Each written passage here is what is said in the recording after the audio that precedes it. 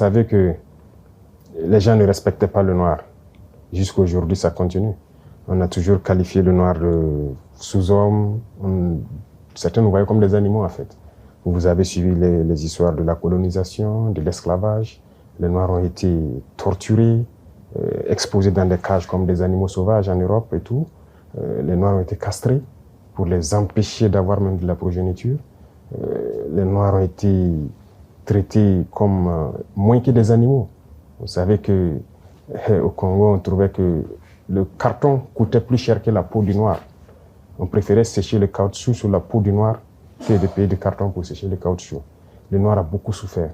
Donc de l'esclavage pendant des siècles et des siècles, la colonisation. Et cette guerre, vous voyez qu'on est venu prendre nos ancêtres sans leur consentement, aller les mettre en boucherie en première ligne. Et au retour encore, vous avez appris ce qui s'est passé au Sénégal.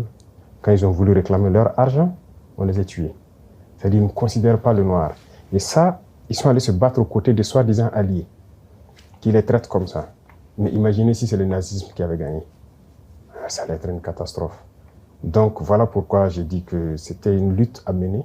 C'était une vraie folie dans le monde. C'était une lutte à mener et l'Afrique a participé.